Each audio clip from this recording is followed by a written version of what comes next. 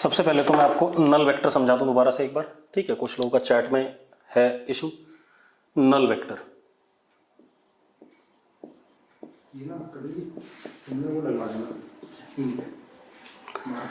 नल vector क्या बेटा? Vector जिसका मैग्नीट्यूड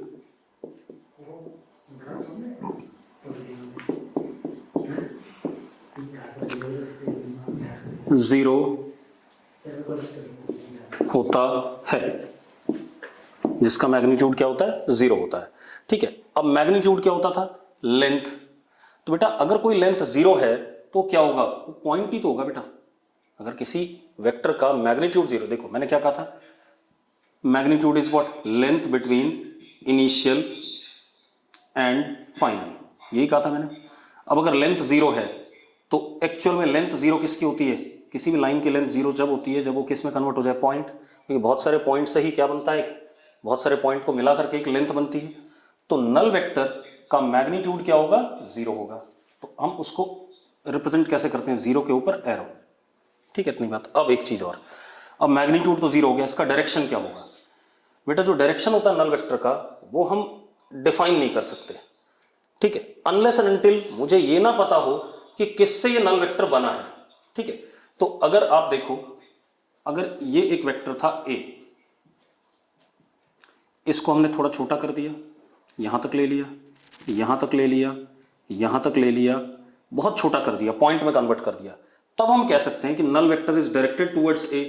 लेकिन ये जो पॉइंट है वो इससे भी बन सकता था, इस वाले वेक्टर से भी बन सकता था, इस वाले वेक्टर से भी बन सकता था। मतलब ऐसे हजारों वेक्टर हो सकते हैं, इनफाइनाइट वेक्टर्स हो सकते हैं जिनसे ये बना हो सकता है। अगर ये हजारों इनफाइनाइट वेक्टर से ये बना हो सकता है तो इसका मतलब इसकी डायरेक्शन भी कोई भी हो सकती है। ये इधर भी डायरेक्टेड हो सकता है, इधर भी हो सकता है, इधर भी हो सकता है। तो इसीलिए मैंने क्या कहा था, नल वेक्टर का मैग्नीट्यूड जीरो है और उसकी डायरेक्शन आर्बिट्रेरी है। आर्बिट्रेरी का मतलब है कुछ भी उसकी डायरेक्शन हो सकती है, ठीक है। हाँ, अगर मुझे ये पता है कि नल वेक्टर किससे बना है तो हम फिर उसकी डायरेक्शन पे कमेंट कर सकते हैं। क्लियर है? अब आते हैं यूनिट वेक्टर। दोबारा बता देता हूं यूनिट वेक्टर, क्योंकि यही इंपॉर्टेंट है। Unit vector is most important. Unit vector को हम रिप्रेजेंट किससे करते हैं पहले बता दूं, कोई भी अल्फाबेट और उसके ऊपर कैप, या छोटा केस वाला अल्फाबेट उसके ऊपर कैप, ये हो गया। अब मेरी बात ध्यान सुनो बेटा, अब क्या कहानी है, यूनिट वेक्टर इज अल्फाबेट और उसके ऊपर कैप। अब यूनिट वेक्टर की definition, unit vector magnitude is unity या वन, इसका मैग्नीट्यूड यूनिटी होगा या वन होगा, and its direction is in direction of vector, in direction of vector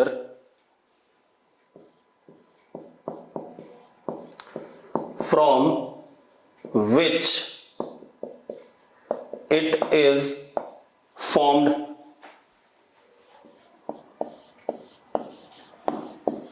ठीक है। इसका डायरेक्शन होता है in the direction of vector from which it is formed, मतलब इसका डायरेक्शन जिस वेक्टर से यूनिट वेक्टर बनाया गया उसी की डायरेक्शन में होता है। क्लियर है? अब जरा मैं बना देता हूं। मान लो सपोज मेरे पास एक ये वेक्टर है पी वेक्टर, क्या है? पी वेक्टर, और पी का मैग्नीट्यूड है 4 यूनिट्स। कितना है? 4 यूनिट्स, ठीक है। अब जरा देखो, मैंने इसको 4 बराबर हिस्सों में तोड़ लिया, मतलब ये 1 यूनिट, ये भी 1 यूनिट, ये भी 1 यूनिट लेंथ और ये भी 1 यूनिट लेंथ। क्लियर है? अब आप एक मजेदार बात देखो, मैंने क्या करा, ये 1 यूनिट लेंथ एक वेक्टर मान लिया। क्या मान लिया? वेक्टर मान लिया। अब एक बात तो, इसकी लेंथ कितनी है? 1 यूनिट, और डायरेक्शन किधर है? पी की तरफ ही है। तो this can be written as what? P cap. ये एक यूनिट वेक्टर हो गया, किसका? पी वेक्टर का। इसी तरीके से मैंने एक यूनिट अगला पकड़ा और इसको एरो ऐसे दे दिया, किसकी डायरेक्शन में, p की डायरेक्शन में, तो इसका मैग्नीट्यूड कितना 1 यूनिट और डायरेक्शन क्या p वेक्टर, तो ये भी क्या हो गया, एक p कैप हो गया। सेम ऐसे 1 यूनिट और डायरेक्शन p के अलॉन्ग, तो ये भी क्या p cap. Same 1 unit length और डायरेक्शन p के अलॉन्ग, तो p कैप। तो हम क्या कह सकते हैं जरा देखो, p vector is 4 times of p cap, मतलब p vector p cap unit vector के 4 गुना है, ये कह सकते हैं। And what is 4, 4 is magnitude of p vector, तो हम क्या कह सकते हैं, p vector is magnitude of p into what, p cap. मतलब किसी भी वेक्टर का, ये वेक्टर है, ये वेक्टर का क्या है, magnitude of vector,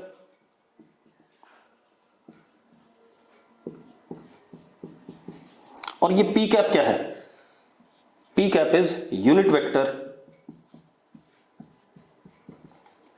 of vector p। ठीक है, इतनी बात।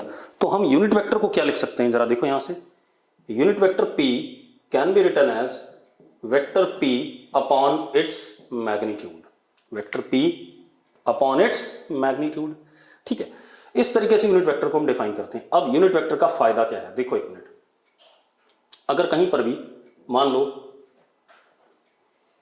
3 यूनिट लेंथ है और इसको मैं p कैप से मल्टीप्लाई कर देता हूं, तो ये क्या बन गया, 3 यूनिट लेंथ। जरा यहां पर देखना, ये इतना हिस्सा, यहां से यहां तक की लेंथ कितनी है, 3 यूनिट है या नहीं, ठीक है, इतनी बात, 3 यूनिट है और इसकी डायरेक्शन p के अलॉन्ग हो गई, तो एक नया वेक्टर बन गया। ठीक है, इतनी बात, जिसकी डायरेक्शन p कैप के अलॉन्ग है, p वेक्टर के अलॉन्ग है, और लेंथ कितनी है इसकी, 3 यूनिट है। तो एक्चुअल में unit vector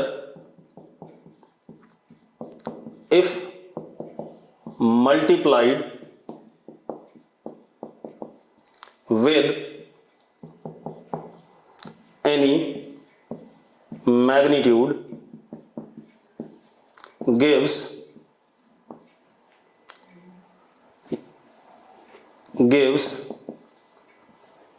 new vector in direction of unit vector। मतलब अगर कोई मैग्नीट्यूड यूनिट वेक्टर्स के साथ मल्टीप्लाई कर दिया जाए तो एक हमें नया वेक्टर मिलेगा जिसकी डायरेक्शन यूनिट वेक्टर के अलॉन्ग होगी, और मैग्नीट्यूड जो हमें दिया गया उतना ही होगा। जैसे मैं यहां पर कह रहा हूं कि यहां से यहां तक 3 यूनिट लेंथ है, ठीक है, इतनी बात, तो 3p कैप मुझे ये वाला वेक्टर देगा, किसके अलॉन्ग डायरेक्शन है, p कैप के अलॉन्ग, और लेंथ कितनी है, 3 है। अगर मैं इतना हिस्सा पकड़ता हूं, देखो जरा, तो this is what, length is what, 2 units, और इसको मैंने एरो दे दिया, तो इसको मैं क्या लिखूंगा, 2p कैप। ये नया वेक्टर बन गया हमारे पास, मैग्नीट्यूड इनटू इट्स डायरेक्शन। ठीक है, तो यूनिट वेक्टर का सिर्फ काम है किसी भी वेक्टर को क्या प्रोवाइड करना, direction in the direction of, किसी भी मैग्नीट्यूड को डायरेक्शन प्रोवाइड करना in the direction of unit vector. Clear है? तो मैं एक बार फिर बता देता हूं इसका क्या मतलब आ रहा है। और यूनिट वेक्टर निकालते कैसे हैं, vector upon its magnitude, vector और उसके नीचे उसका क्या, मैग्नीट्यूड। क्लियर है? चलो अब मेरी बात ध्यान सुनो, मैं क्या कह रहा हूं, मैं कह रहा हूं अगर कोई भी मैग्नीट्यूड, से मैग्नीट्यूड 10 है, उसको मैंने a कैप से मल्टीप्लाई करा, तो ये एक वेक्टर बन गया, 10 is magnitude and a cap is what, direction. क्योंकि वेक्टर के पास दो चीजें होती हैं, मैग्नीट्यूड होता है और डायरेक्शन होता है। तो this is magnitude and this is what, direction. Direction किसके अलॉन्ग है, a कैप के अलॉन्ग, जिधर की तरफ a कैप वेक्टर होगा, और मैग्नीट्यूड कितना है इसका, 10 है। तो ये ध्यान रखना है कि यूनिट वेक्टर अगर किसी भी मैग्नीट्यूड के साथ मल्टीप्लाई हो रहा है तो वो क्वांटिटी एक वेक्टर बन जाएगी, ठीक है, इतनी बात, जिसका डायरेक्शन यूनिट वेक्टर के अलॉन्ग होगा। ठीक है, तो I think this is clear. ठीक है, अगर नहीं क्लियर है तो आप मुझसे दोबारा पूछ लेंगे। ठीक है, अब मैं थोड़ा सा आगे बढ़ूंगा। तो मैंने पिछली क्लास में आपको टाइप्स ऑफ वेक्टर सारे बता दिए थे, ठीक है, कितने टाइप के वेक्टर होते हैं। ठीक, अब हम बात करेंगे वेक्टर अलजेब्रा की।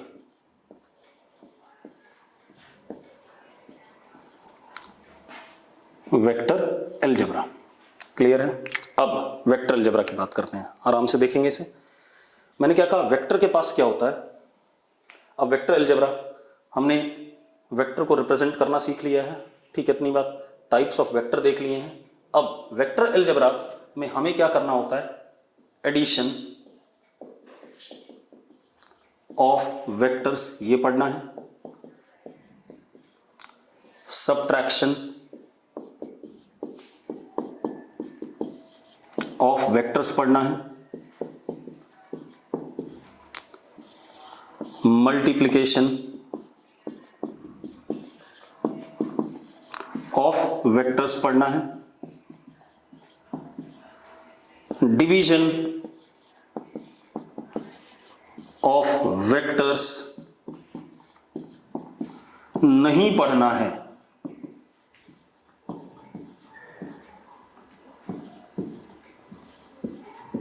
ये तीनों पढ़ने हैं, ठीक है, लेकिन डिवीजन ऑफ वेक्टर्स नहीं पढ़ना है, क्योंकि division of vectors is not defined, मतलब दो वेक्टर का आपस में डिवीजन डिफाइंड नहीं है, ठीक है। जैसे मैं कहूं vector A divided by vector B, such thing is not defined, ठीक है। अब ये मेरा क्वेश्चन रहेगा, अगले लेक्चर में आप मुझे इसका जवाब देंगे कि why division of vectors is not defined, ठीक है। अभी आप जवाब देने की जल्दबाजी नहीं मचाएंगे, ठीक है, इतनी बात ना चैट बॉक्स में डालेंगे, आराम से सोच के मुझे आप जवाब देंगे इसका। अगली क्लास में मैं आपसे चैट बॉक्स में पूछूंगा कि क्या जवाब होना चाहिए। मैंने क्या कहा, division of vectors is not defined, ठीक है। ए वेक्टर अपॉन बी वेक्टर, ऐसा हम कभी भी लिख नहीं सकते हैं, ठीक है, ऐसा लिखना वेक्टर अलजेब्रा में परमिसिबल नहीं है, ठीक है, इतनी बात। तो हमें क्या पढ़ना है, addition of vectors, subtraction of vectors, multiplication of vectors. तो अब जरा देखते हैं इनको पढ़ने से पहले हमें क्या क्या चाहिए। अब देखो, जब आपको फर्स्ट सेकंड क्लास में सबसे पहले एडिशन सिखाया गया होगा, तो टीचर ने आपको पहले दो दो वेक्टर ऐड करने सिखाए होंगे, ठीक है, सॉरी, दो दो नंबर्स ऐड करने सिखाए होंगे, फिर तीन तीन नंबर, फिर चार चार नंबर। तो बिल्कुल हम भी यहाँ पर यही करेंगे, हम पहले दो वेक्टर का एडिशन सीखेंगे, फिर तीन का, फिर चार का, फिर पांच का, एंड सो ऑन, ठीक है। फिर हम सबट्रैक्शन सीखेंगे, फिर हम मल्टीप्लिकेशन सीखेंगे। लेकिन इन सबको सीखने से पहले एक चीज ध्यान रखो, एक बात बताओ, if any vector algebraic operation is to be performed, अगर कोई भी वेक्टर अलजेब्रिक ऑपरेशन परफॉर्म करना है, ठीक है, अगर कोई भी वेक्टर अलजेब्रिक ऑपरेशन हमें परफॉर्म करना है, मान लो मुझे दो वेक्टर ऐड करने हैं, दो वेक्टर सबट्रैक्ट करने हैं, दो वेक्टर मल्टीप्लाई करने हैं, तो मुझे किस चीज की जरूरत है। सपोज मुझे एडिशन करना है वेक्टर्स का, एडिशन, सबट्रैक्शन और मल्टीप्लिकेशन, कुछ भी करना हो,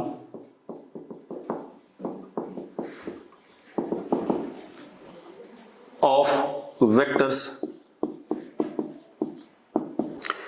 तो मुझे क्या पता होना चाहिए, मुझे जिन भी दो वेक्टर्स को मैं ऐड कर रहा हूं या सबट्रैक्ट कर रहा हूं या मल्टीप्लाई कर रहा हूं, मुझे उन दोनों वेक्टर के बारे में सब कुछ पता होना चाहिए। सब कुछ इन द सेंस, मैं बताता हूं, जैसे मुझे ए वेक्टर प्लस बी वेक्टर करना है, इन दो वेक्टर को ऐड करना है सपोज, तो मुझे ए वेक्टर के बारे में और बी वेक्टर के बारे में पूरी इंफॉर्मेशन होनी चाहिए। अब ये पूरी इंफॉर्मेशन क्या होती है, क्योंकि वेक्टर क्वांटिटी है, तो मुझे ए वेक्टर का मैग्नीट्यूड पता होना चाहिए, as well as A vector का क्या पता होना चाहिए, डायरेक्शन। इसी तरीके से बी वेक्टर का भी मैग्नीट्यूड और बी वेक्टर का भी क्या, डायरेक्शन। जब तक मुझे जिन वेक्टर्स को मैं ऐड, सबट्रैक्ट या मल्टीप्लाई कर रहा हूं उनके मैग्नीट्यूड और डायरेक्शन सारे अच्छी तरीके से नहीं पता है, तब तक मैं कोई भी वेक्टर का अलजेब्रिक ऑपरेशन नहीं कर सकता, ठीक है। तो for if any vector algebraic operation is to be performed, then, तो हमें क्या पता होना चाहिए, then we should know about magnitude of vectors as well as their directions। उनका मैग्नीट्यूड भी पता होना चाहिए और उसी तरीके से उनका क्या पता होना चाहिए, डायरेक्शंस भी पता होने चाहिए। अब जरा देखते हैं, एक मिनट। क्लियर है कि what is magnitude and what is direction? Clear है, इसके बारे में बात कर लेते हैं।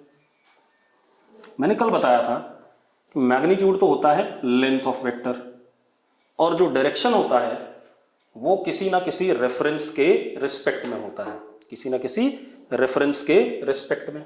जैसे मैं आपको बताऊं, अगर ये ए वेक्टर है और ये बी वेक्टर है सपोज, तो इसकी लेंथ मुझे पता होनी चाहिए। वो मुझे इसका क्या दे रहा है, मैग्नीट्यूड। ए का मैग्नीट्यूड क्या हो गया, अल्फाबेट से रिप्रेजेंट कर दिया।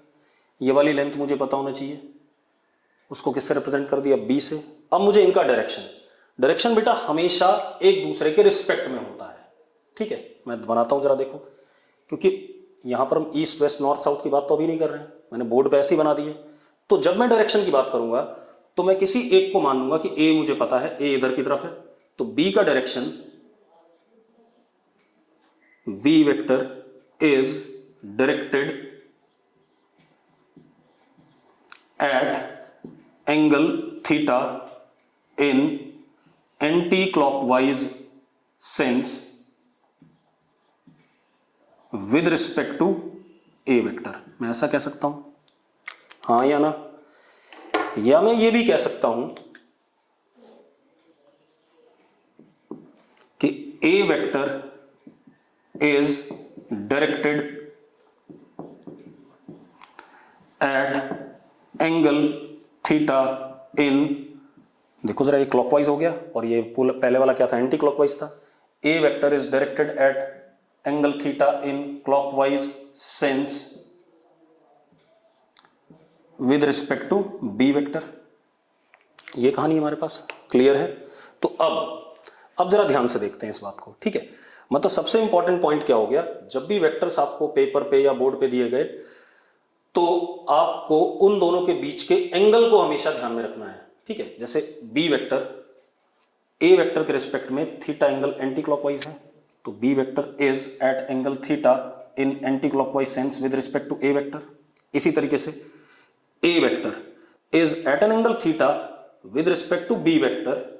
ठीक है, इतनी बात, in which sense, clockwise sense. ठीक है, तो सबसे मेजर काम क्या होगा हमारा, सबसे पहले कुछ भी वेक्टर ऑपरेशन करने से पहले मैं जानना चाहूंगा एंगल बिटवीन वेक्टर्स कैसे डिफाइन किया जाता है।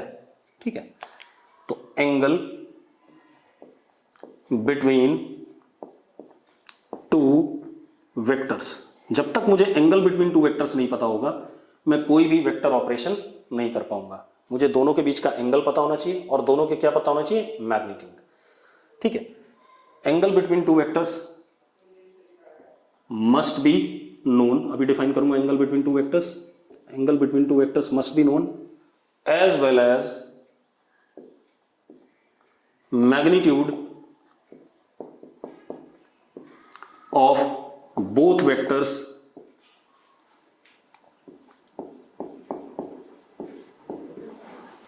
must be known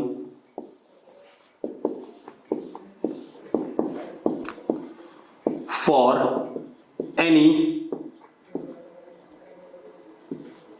vector algebraic operation।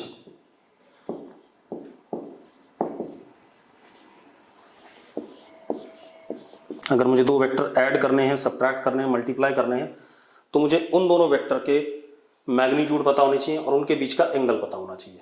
लेकिन एंगल कैसे, एंगल की भी डेफिनेशन है बेटा कि कौन सा एंगल लेना है। ठीक है, इतनी बात वो भी बता रहा हूं मैं आपको। तो अगर मुझे तीनों चीजें पता है, दोनों वेक्टर का मैग्नीट्यूड और उनके बीच का एंगल, क्योंकि उनके बीच का एंगल एक दूसरे के रिस्पेक्ट में उनकी क्या बता रहा है, डायरेक्शन बता रहा है। कि जैसे ए के रिस्पेक्ट में B theta angle anti clockwise था, या बी के रिस्पेक्ट में ए थीटा एंगल क्या था, क्लॉकवाइज था। क्लियर है। तो अब वही हमें यहां देखना है कि एंगल बिटवीन टू वेक्टर्स हम कैसे डिफाइन करेंगे और दोनों वेक्टर्स का क्या पता होना चाहिए, मैग्नीट्यूड। तो मैं क्या कर सकता हूं, कोई भी वेक्टर अलजेब्रिक ऑपरेशन कर सकता हूं। ठीक है, इतनी बात। अब सबसे पहले हम angle between two vectors define करते हैं। ठीक है, अगर आप मेरे पास क्लास में होते तो मैं आपसे क्वेश्चन पूछता कि what is angle between two vectors, लेकिन अभी मैं नहीं पूछ रहा हूं। तो angle between two vectors, angle between two vectors कैसे डिफाइंड है? It is angle between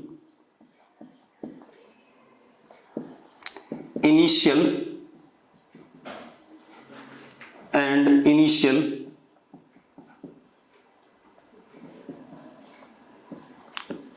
points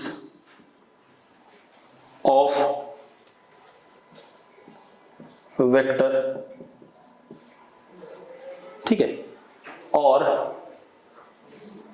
it is angle between final and final points of vector. दो वेक्टर के इनिशियल और इनिशियल के बीच का एंगल या फाइनल और फाइनल के बीच के एंगल को हम एंगल बिटवीन टू वेक्टर्स कहते हैं। जरा समझ लेते हैं इस बात को। आप ऐसे देखो, जैसे एक वेक्टर ये ए है और एक वेक्टर ये बी है। जरा देखो, ये पॉइंट ए का भी क्या है, इनिशियल, और यही पॉइंट बी का भी क्या है, इनिशियल। दोनों का इनिशियल है। तो ये जो एंगल हो गया, ये इन दोनों के बीच का क्या हो गया, एंगल हो गया, angle between two vectors. Clear है इतनी बात? दूसरा बेटा, ये भी तो इनिशियल और इनिशियल के बीच का है, 360 डिग्री माइनस थीटा। ठीक है, इतनी बात। तो यहां पर एंगल बिटवीन टू वेक्टर दोनों हैं, थीटा भी करेक्ट है और 360 डिग्री माइनस थीटा भी करेक्ट है। क्यों? क्योंकि मैंने जो डेफिनेशन दी उसमें इनिशियल और इनिशियल के बीच का एंगल लेने को कहा है। ठीक है, या फाइनल और फाइनल के बीच का एंगल लेने को कहा है। मुझसे ये नहीं कहा गया सिर्फ छोटा एंगल लो या बड़ा एंगल लो। कुछ किताबों में फालतू बातें लिख देता है, ठीक है, कि सिर्फ छोटा वाला एंगल कंसिडर करना है। ऐसा जरूरी नहीं है। आपके रिजल्ट्स छोटे वाले से भी सेम आएंगे और बड़े वाले से भी क्या आएंगे, सेम आएंगे। जब हम रिजल्ट्स निकालेंगे तो एक बार मैं छोटा वाला एंगल डालूंगा उस रिजल्ट में और एक बार बड़ा वाला रिजल्ट डालूंगा, और दोनों से आपको रिजल्ट क्या मिल रहे होंगे, एग्जैक्टली सेम मिल रहे होंगे। क्लियर है? ठीक है, अब तो यहां पर दोनों सही है। अब एक काम करते हैं, suppose this is A vector, this is what B vector. अब जरा देखो, ये बी का क्या है, फाइनल पॉइंट, और ए का भी ये क्या, फाइनल पॉइंट। तो ये क्या हो गया, angle between both the vectors, क्योंकि फाइनल और फाइनल के बीच का जो एंगल होता है उसको हम एंगल बिटवीन वेक्टर्स कहते हैं। या आप ऐसे देखो, ये this is what 360 minus theta, ये भी फाइनल और फाइनल के बीच का एंगल है। तो ये भी करेक्ट है बेटा, ये भी करेक्ट और ये भी करेक्ट, दोनों करेक्ट है, कोई गलत नहीं है। क्यों? क्योंकि by definition it is angle between initial and initial और फाइनल एंड फाइनल। क्लियर है? ठीक, और एग्जांपल ले लेते हैं कुछ, क्योंकि मैंने ये देखा है, ऑब्जर्व करा है कि लोग आईआईटी में सेलेक्ट भी हो जाते हैं लेकिन वो एंगल बिटवीन टू वेक्टर्स के डेफिनेशन नहीं जानते हैं, वो कहीं ना कहीं गलती कर देते हैं। ठीक है, तो मैं दो चार एग्जांपल और ले लूं ताकि आप ये गलती ना करें। मैंने एक एग्जांपल और लिया, suppose this is A vector and this is B vector. अब आप एक चीज देखो बेटा, ये हो गया ए का फाइनल और ये हो गया बी का इनिशियल। तो अगर मैं आपसे कहूं ये वाला थीटा, ठीक है, तो it is angle between final of A and initial of B. It is not angle between A vector and B vector. ठीक है, इतनी बात। तो अब सवाल ये आता है कि एंगल है कौन सा, फिर वो निकालें हम। ठीक है, तो मैंने कल आपको एक फ्री वेक्टर पढ़ाया था, ये आपका ए वेक्टर है। अगर आप इसको बिल्कुल पैरेलली बगैर लेंथ में चेंज लाए हुए, उतने ही लेंथ का, जितनी लेंथ ये है उतनी लेंथ ये, और सेम डायरेक्शन दे देते हैं, तो जरा बताओ ये लेंथ और ये लेंथ क्या है, सेम है, और डायरेक्शन भी क्या है, सेम है। तो I can write it as what, A vector. मैंने कहा था कि वेक्टर चेंज नहीं करता है अगर हम उसको पैरेलली ट्रांसलेट करें एक जगह से दूसरी जगह बगैर उसका मैग्नीट्यूड चेंज किए हुए। तो ये अगर ए वेक्टर है तो उतनी लेंथ का ये भी है और डायरेक्शन भी दोनों की क्या सेम है, तो it can be written as what, A vector. अब आप देखो ये ए का क्या हो गया, इनिशियल हो गया कि नहीं हो गया, ये ए का इनिशियल और ये बी का इनिशियल। अब ये एंगल कितना आया, 180 माइनस थीटा, ये हो गया यहां पर angle between two vectors by definition, initial और इनिशियल के बीच का एंगल। क्लियर है, ठीक है इतनी बात। इसी तरीके से और देख लेते हैं बेटा,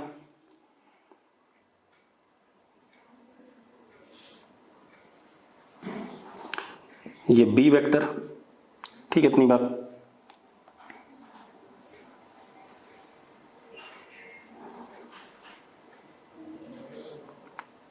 और ये हमारे पास ए वेक्टर। अब अगर हम अगेन देखें बेटा, ध्यान से देखो, तो ये ए का क्या है फाइनल और ये बी का क्या है इनिशियल। ये angle theta angle between these two vector नहीं हो सकता है, बिल्कुल नहीं हो सकता, बिल्कुल सही बात है। क्यों, क्योंकि फाइनल और इनिशियल के बीच के एंगल को हम एंगल बिटवीन टू वेक्टर नहीं कहते हैं। तो हम क्या करेंगे, मैंने B vector as it is बनाया, बिल्कुल सेम डायग्राम, क्योंकि यहां जगह कम है यहां बना रहा हूं। This is what B vector. मैंने क्या करा, इस ए वेक्टर को जितनी लेंथ है, जितनी ये लेंथ है उतनी ये लेंथ है और सेम डायरेक्शन दे दिया, this is what A vector. अब जरा देखो, और ये पहले वाला ए वेक्टर था हमारा,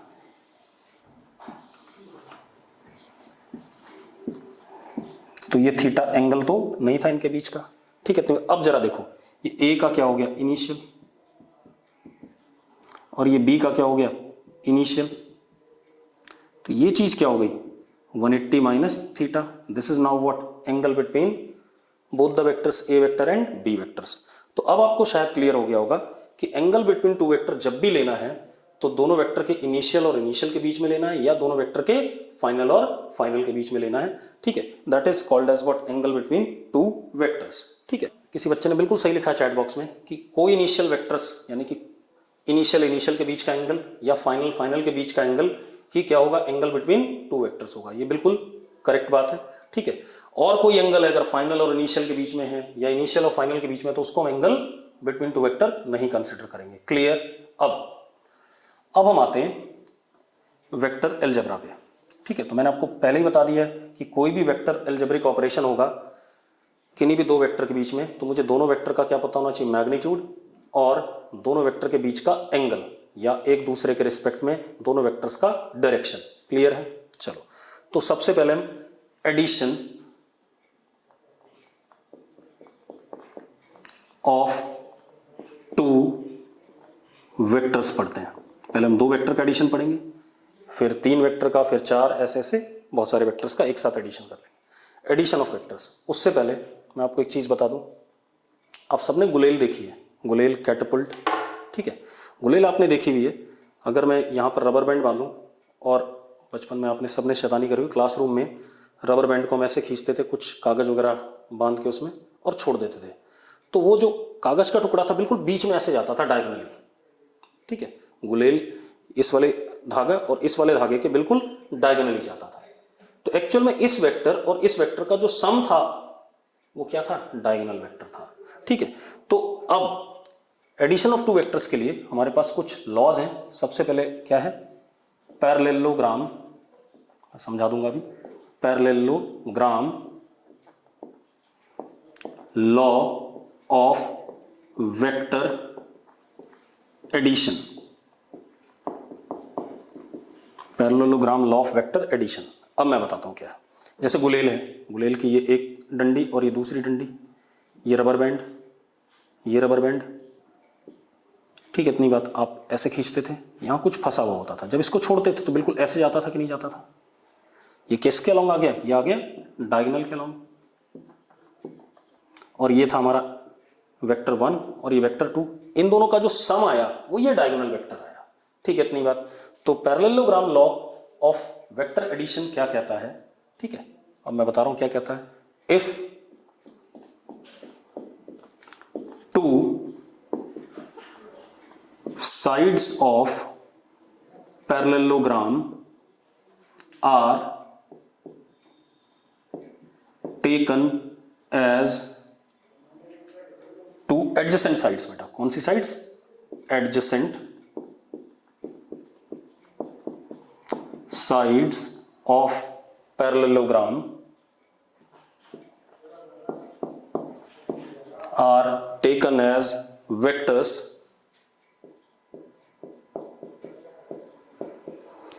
then sum of these two vectors। तब इन दोनों, पहले मैं स्टेटमेंट लिख रहा हूं फिर समझाता हूं। अगर दो एडजेसेंट साइड्स पैरेललोग्राम की वेक्टर्स मान ली जाएं तो sum of these two vectors is given by diagonal vector of parallelogram contained by these two sides। ठीक है इतनी बात। Then sum of these two vectors is given by diagonal vector contained by these two sides. मैं समझा देता हूं। मैंने एक पैरेललोग्राम बनाया बेटा,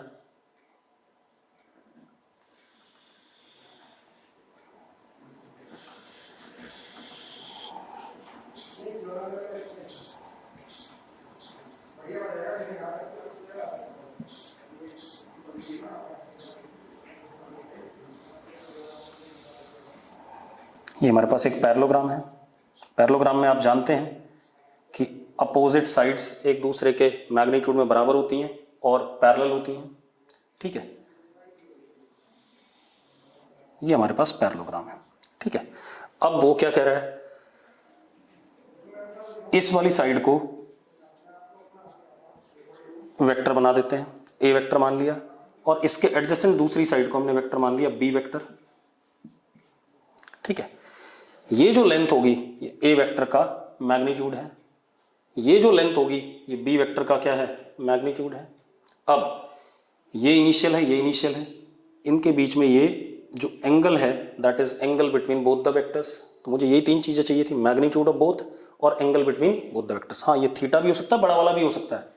ठीक है, मैं अभी आपको छोटे वाले से करा रहा हूं, फिर मैं आपको रिजल्ट जब दिखाऊंगा तो बड़े वाले से भी करके दिखा दूंगा कि दोनों से रिजल्ट क्या आ रहा है, सेम आ रहा है। ठीक है, तो किसी भी क्या कहते हैं ऐसी बुक को मत देखना कि जिसमें लिखा हो सिर्फ कि छोटा वाला एंगल ही एंगल बिटवीन टू वेक्टर्स होता है। Angle between two vectors initial और फाइनल के बीच में, चाहे वो बड़ा एंगल हो चाहे छोटा एंगल हो, दोनों को लिया जा सकता है। दोनों से रिजल्ट क्या आते हैं, सेम आते हैं। अब पैरेललोग्राम लॉ पे आ जाते हैं दोबारा से। मैंने क्या कहा, एक साइड पैरेललोग्राम की उसको वेक्टर मान लेना है, उसका लेंथ ये इसका मैग्नीट्यूड हो गया। दूसरी एडजेसेंट साइड उसको वेक्टर मान लेना है, उसका ये लेंथ इस वेक्टर का मैग्नीट्यूड हो गया, और इन दोनों वेक्टर के बीच में एंगल क्या आ गया, थीटा आ गया। ठीक है, अब क्या कहानी है, इन दोनों का सम क्या कह रहा है, ए वेक्टर प्लस बी वेक्टर। आपने देखा होगा जब आप गुलेल का इस्तेमाल करते हैं तो जो रिजल्टेंट कागज का टुकड़ा था जो आप क्लास में बच्चों को परेशान करने के लिए फेंकते थे, वो डायगोनल के अलॉन्ग जाता था। तो A vector plus B vector is equal to R vector, और आर वेक्टर है क्या, R vector is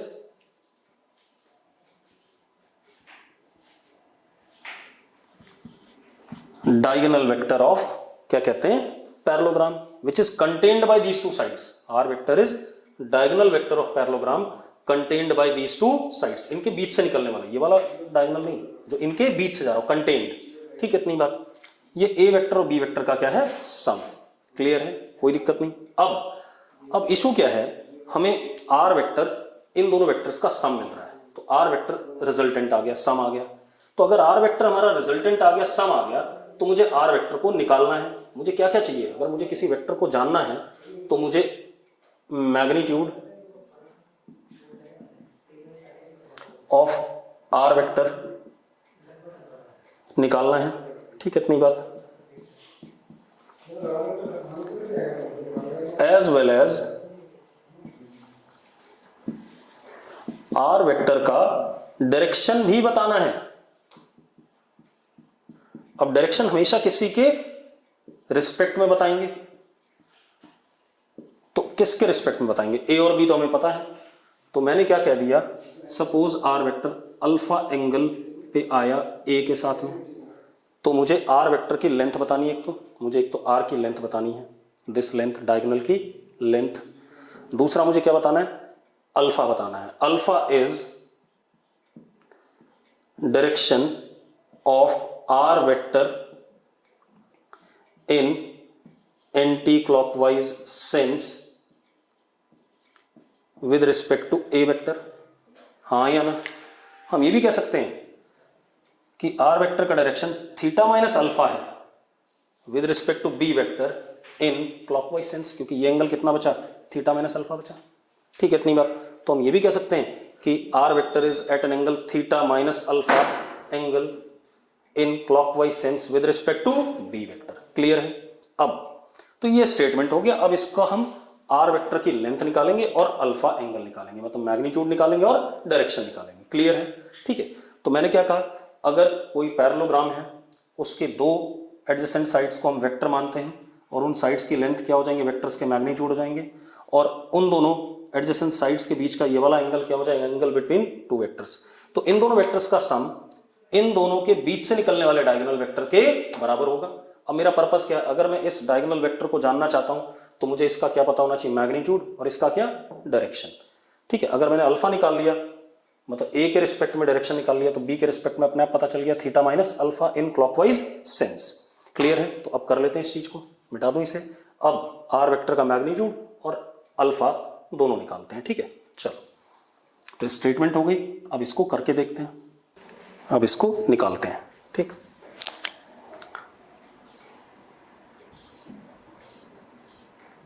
this is A vector,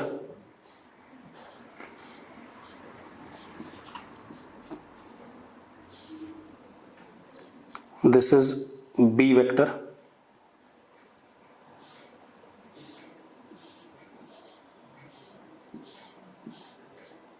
ठीक है जी। इनसे हमने एक पैरेललोग्राम बनाया,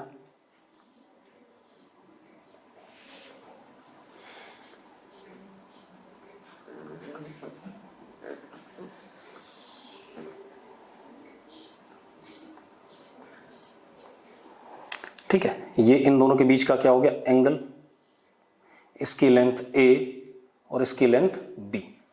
क्लियर है? अब जो इन दोनों का रिजल्टेंट है, ओहो मार्कर की इंक खत्म हो गई, रुक जाओ।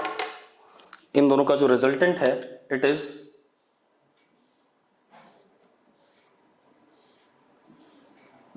Diagonal vector.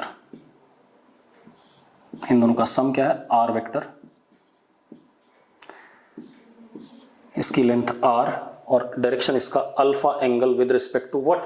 A vector in anti clockwise sense. चलो, तो हम क्या कहते हैं? R vector is equal to A vector plus B vector. अब सबसे पहला मेरा काम क्या है? मैं मैग्नीट्यूड जानना चाहता हूं, ये वाली लेंथ जानना चाहता हूं। ठीक है, तो उसके लिए मैंने एक काम करा, मैंने कंस्ट्रक्शन करा फॉर, बेटा ये स्कूल में भी पहले एग्जाम में आप क्या आएगा? ठीक है, पैरेललोग्राम लॉ आएगा या ट्राइंगल लॉ आएगा, कोई ना कोई वेक्टर सम का एक लॉ जरूर आएगा। तो अभी पहला कर रहे हैं, देख लो। For magnitude of are vector, that is हमें क्या निकालना है? आर की लेंथ निकालनी है। ठीक है, चलो, अब मैं थोड़ा सा कंस्ट्रक्शन कर रहा हूं इसी डायग्राम में।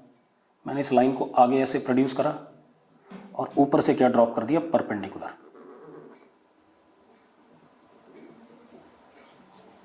क्या ड्रॉप कर दिया? परपेंडिकुलर। अब बेटा एक बात बताओ, ये लेंथ कितनी है? b, तो ये वाली लेंथ भी कितनी होगी? b। Opposite sides of parallelogram are having what? Same length. ठीक है, अब आप देखो ये एंगल कितना था हमारे पास? थीटा, क्योंकि ये लाइन और ये लाइन क्या है? पैरेलल है, तो ये एंगल भी कितना होगा? थीटा। होगा या नहीं होगा? पक्का? ठीक है, ठीक है। कॉरस्पॉन्डिंग एंगल्स, ये दोनों एंगल थीटा और थीटा बराबर होंगे कि पैरेलल लाइंस हैं। ये लाइन और ये लाइन एक दूसरे के पैरेलल है, और ये पैरेललोग्राम है, तो ये वाली साइड और ये वाली साइड लेंथ में क्या है? बराबर है। अब मैं कुछ नंबर्स दे देता हूं, x, Y Z W we.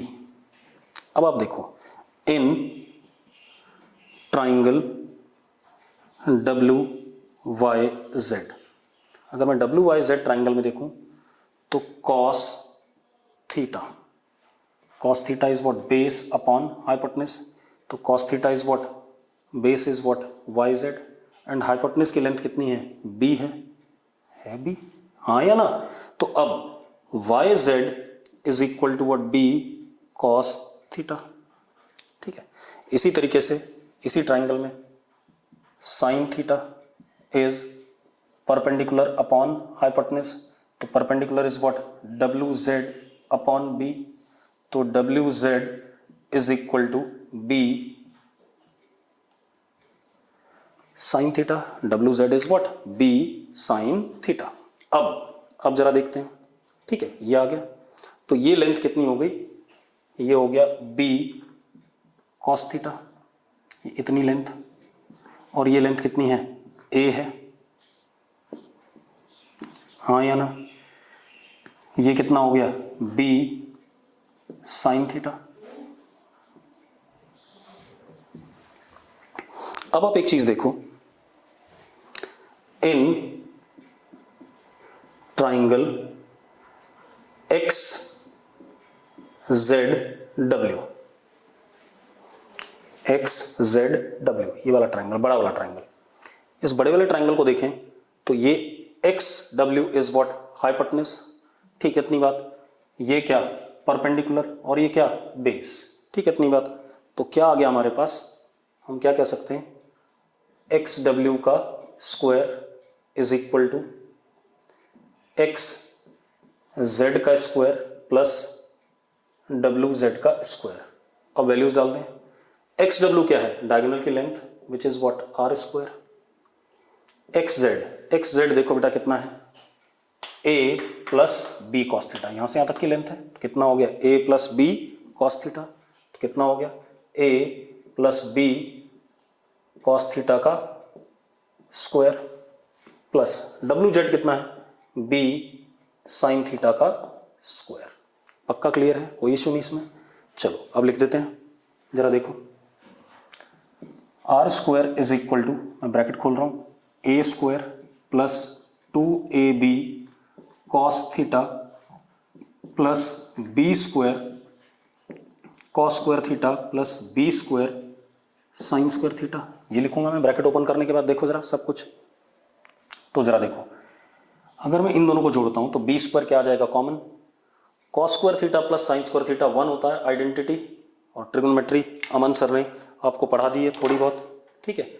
तो अब जरा देखो, R square can be written as A square plus 2ab cos theta plus B square अंदर cos square theta plus sine square theta, and cos square theta plus sine square theta is what 1। तो हम क्या कह सकते हैं, R square is equal to A square plus B square plus 2ab cos theta. ये R square आ गया, तो आर किसके बराबर आ गया, are is under root a square plus B square plus 2ab cos theta. ये हमारा मैग्नीट्यूड आ गया, ठीक है, ये मैग्नीट्यूड आ गया। एनालिसिस बाद में करते हैं, पहले हम क्या कर लेते हैं, डायरेक्शन भी देख लें। अब मुझे क्या चाहिए, अल्फा एंगल चाहिए, ठीक है। What is alpha, it is direction of are vector with respect to A vector in which sense, anti clockwise sense, ठीक है। तो अब जरा देखो, इन ट्राइंगल एक्स जेड डब्ल्यू, राइट एंगल ट्राइंगल है, ठीक है। अगर मैं ये देखूं, ये एक राइट एंगल ट्राइंगल है, तो tan alpha is what perpendicular upon base, तो tan alpha is perpendicular is what W z, और बेस कितना बेटा एक्स जेड। अब जरा देखो, tan alpha is b sine theta upon a plus b cos theta. ये आ गया हमारे पास डायरेक्शन। अब अगर tan अल्फा की वैल्यू 1 आती है, मान लो ये देखो, आपको a पता है, b पता है, थीटा पता है, तो आपको ये पूरी वैल्यू पता है, यानी कि आपको r का मैग्नीट्यूड पता चल गया। बी पता है, थीटा पता है, ए पता है, तो आपको ये वाली वैल्यू पूरी पता चल गई। सपोज ये वैल्यू 1 आती है तो tan अल्फा 1, tan अल्फा 1 मत कब होता है, इसका मतलब अल्फा इज व्हाट 45 डिग्री। तो इसका मतलब ए वेक्टर के साथ आर वेक्टर कितना एंगल बना रहा होगा, 45 डिग्री बना रहा होगा।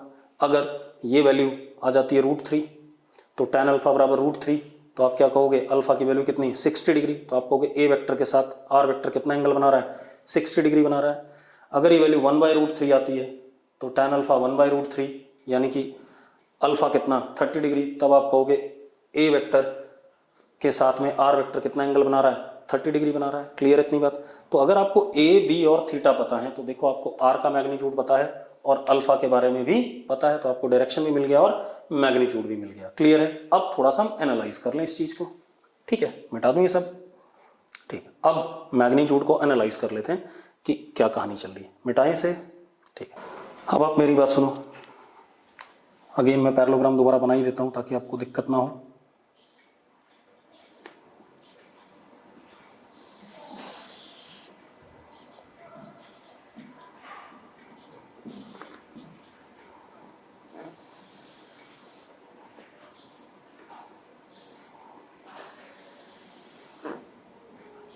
ये थीटा था इनके बीच में एंगल, और ये हमारा आर वेक्टर था। ये एंगल अल्फा, इसकी लेंथ आर, ये ए बी और थीटा हमें पता है। तो आर हमारा किसके बराबर आया, हमने डिराइव कर लिया, √a² plus b² plus 2ab cos theta. मतलब आर किस किस पे डिपेंड कर रहा है, ए के मैग्नीट्यूड पे, बी के मैग्नीट्यूड पे, और ए और बी वेक्टर के बीच के एंगल पे डिपेंड कर रहा है। ये कहानी हो गई। अब एक काम कर लेते हैं बेटा, if magnitude of a vector and B vector is fixed, मतलब मैग्नीट्यूड फिक्स कर दिया हमने, नहीं बदलेंगे, देन आर डिपेंड्स, मतलब मैग्नीट्यूड रिजल्टेंट का डिपेंड्स ओनली ऑन, किस पे डिपेंड कर रहा है, ए बी तो फिक्स हो गए, सिर्फ कौन वेरिएबल रह गया, थीटा। तो r depends on only on theta, that is angle between two vectors. किस पे डिपेंड कर रहा है, एंगल बिटवीन टू वेक्टर्स पे। ठीक है, इतनी बात देख लेते हैं। देखो, if theta is equal to 180 degree, तो मैथ्स में सर ने आपको पढ़ा दिया होगा थोड़ा बहुत, cos 180 डिग्री इज व्हाट -1। ठीक है, अगर दोनों के बीच में एंगल क्या हो जाए 180 डिग्री, मतलब ए इधर हो गया और बी इधर हो गया। जरा देखो इनके बीच में एंगल कितना आ रहा है, इनिशियल के बीच में 180 डिग्री। ठीक है, तो जरा मैं थीटा की वैल्यू, cos थीटा की वैल्यू डाल देता हूं, तो r comes out to be √a² plus b² minus 2ab। It is what perfect square of a minus b। तो r will be equal to a minus b का mod. Mod क्यों लगा रहा हूं, क्योंकि √ के अंदर से कभी भी नेगेटिव वैल्यू नहीं निकलती, पॉजिटिव वैल्यू निकलती है। अगर a बड़ा होगा तो a माइनस b लिखा जाएगा, और b बड़ा होगा तो क्या लिखा जाएगा, b माइनस a लिखा जाएगा। ठीक है, इतनी बात। अब मेरी बात ध्यान सुनो, मैग्नीट्यूड आर का क्या हो जाएगा, a माइनस बी। चलो, if theta is equal to 0 degree, अगर थीटा 0 डिग्री है, then cos 0 degree is equal to what 1। तो अब जरा देखो, ये a वेक्टर है और यही हमारा क्या है, b वेक्टर है, सेम डायरेक्शन। तो एंगल इनके बीच में क्या हो गया, 0। तो अब अगर मैं वैल्यू डालता हूं तो r is equal to √a² plus b² plus 2ab, यानी कि r will be a plus b। क्या आ जाएगा, a प्लस b का परफेक्ट स्क्वायर। मजेदार बात देखो कि cos की वैल्यू जो आपको अमन सर ने बताई होगी, cos थीटा की वैल्यू सबसे छोटी वैल्यू -1 होती है और सबसे बड़ी वैल्यू क्या होती है, +1 होती है। बाकी जितनी भी वैल्यूज बीच में होंगी, अगर एंगल 0 और 180 ना होकर के बाकी कोई एंगल होता, तो जो r की वैल्यू आएगी वो a प्लस बी से छोटी आएगी और a माइनस बी से क्या आएगी, बड़ी आएगी। ठीक है, तो हम ये कह सकते, चलो एक काम और कर लेते हैं, suppose if theta is equal to 90 degree, अगर थीटा 90 है तो cos 90 कितना 0, तो r comes out to be what under root a square plus B square. जरा देखो a square plus B square का अंडर रूट इससे छोटा है और इससे क्या है बड़ा है, ठीक है इतनी बात। तो हम ये कह सकते हैं कि r वेक्टर का मैग्नीट्यूड हमारा a माइनस बी से लेकर के a प्लस बी के बीच में रहेगा, ठीक है इतनी बात। मतलब r वेक्टर का मैग्नीट्यूड a माइनस बी से लेके a प्लस बी के बीच में रहेगा। किस पे डिपेंड कर रहा है r का magnitude? Angle between two vectors पे, ठीक है इतनी बात। तो देखो अलजेब्रा बदल गई। मैं उस दिन कह रहा था कि a का मैग्नीट्यूड अगर मान लो 7 है और b का कितना है 3 है, a का मैग्नीट्यूड 7 b का 3, ठीक है। तो जो r वेक्टर का मैग्नीट्यूड आएगा वो 7 माइनस 3 4 और 7 प्लस 3 कितना 10। 4 और 10 के बीच में कुछ भी हो सकता है, 4 भी हो सकता है 10 भी हो सकता है, उसके बीच में कुछ भी हो सकता है। लेकिन अगर स्केलर होता, ठीक है इतनी बात, 7 और 3, तो हमेशा क्या रिजल्ट आता 10 आता। तो scalar quantity normal laws of algebra को फॉलो करती हैं, लेकिन वेक्टर क्वांटिटी में एडिशन बिल्कुल एज इट इज वैसा नहीं होता जैसा स्केलर में होता है। यहां पर देखो a और b वेक्टर का जो सम है उसका मैग्नीट्यूड किस पे डिपेंड कर रहा है? थीटा पे डिपेंड कर रहा है। थीटा की वैल्यू बदलती है तो r का मैग्नीट्यूड भी क्या करता है? बदलता है। क्लियर है? ठीक है, मैं एक बार चैट बॉक्स चेक कर रहा हूं बेटा। ठीक है, किसी ने लिखा है कि r वेक्टर को मॉड के अंदर लिखना चाहिए। सही है, मैंने कल बताया था कि वेक्टर को हम मॉड के अंदर लिख सकते हैं, ठीक है, अगर एंगल 180 से बड़ा हो। ठीक है, अब देखो भाई, चलो मैंने कहा था चाहे बड़ा वाला एंगल लो चाहे छोटा वाला, ये थीटा है, ठीक है, तो मैं यहाँ पर एंगल 360 माइनस थीटा भी ले सकता हूँ। ठीक है, तो मैं थीटा की जगह क्या डालता हूँ रिजल्ट में? Angle 360 minus theta. ठीक है, डाल देते हैं बेटा, डाल दें यहाँ पर। तो r is equal to under root, देखना रिजल्ट सेम आएगा। तो आपका प्रॉब्लम सॉल्व होता है a square plus B square plus 2ab cos 360 minus theta. Aman sir ने आपको पढ़ाया होगा cos 360 minus theta is what? Fourth quadrant, और फोर्थ क्वाड्रेंट में cos 360 माइनस थीटा को लिखते हैं cos थीटा ही लिखते हैं। तो ये रिजल्ट दोबारा से क्या आ जाएगा? सेम आ जाएगा कि नहीं आ जाएगा? क्योंकि cos 360 minus theta is itself equal to what? cos theta. ये मैथ्स के लेक्चर में आपको बताया गया मैथमेटिकल टूल में, इसीलिए आपको मैथमेटिकल टूल अलग से पढ़ाया गया था, उसको जरा एक बार ध्यान से देखना। अगर अब कोई कह रहा है अगर एंगल की वैल्यू अनयूजुअल हो, बिल्कुल सही बात है, अगर बेटा अनयूजुअल होगी तो आपको ट्रिग्नोमेट्रिक रेशोज का, एंगल्स का एक चार्ट दिया जाएगा, या आपको कैलकुलेट करने की इजाजत दी जाएगी, या कैलकुलेटर में उस एंगल की वैल्यू दी जाएगी आपको, जैसे cos 23, cos 41। तो इनकी वैल्यूज या तो आपको देगा क्वेश्चन में, या आपको ऐसे क्वेश्चन नहीं देगा। क्लियर है? ठीक है, तो आज का लेक्चर मैं यहीं रोकूंगा। ठीक है, अगले लेक्चर में फिर से हम वेक्टर को आगे कंटिन्यू करेंगे, और अभी हम सम ऑफ टू वेक्टर्स ही कंटिन्यू करेंगे। ठीक है बेटा, थैंक यू।